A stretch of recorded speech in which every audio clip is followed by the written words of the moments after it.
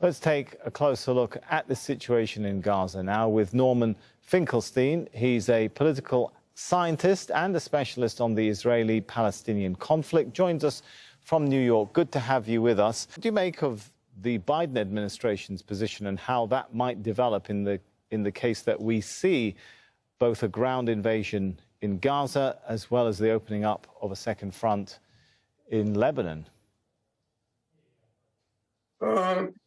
The Biden administration has in public and predictably given blanket support to Israel.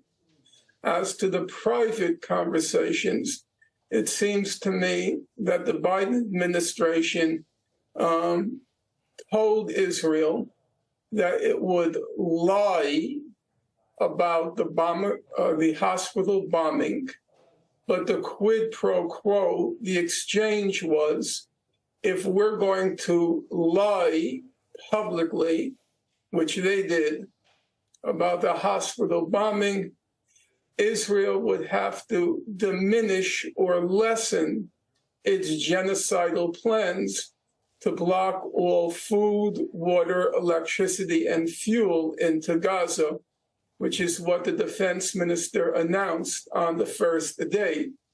So you can say, even though it's very minimal, for sure, the Biden administration extracted that concession from Israel when Biden went to Israel and announced publicly his blanket support.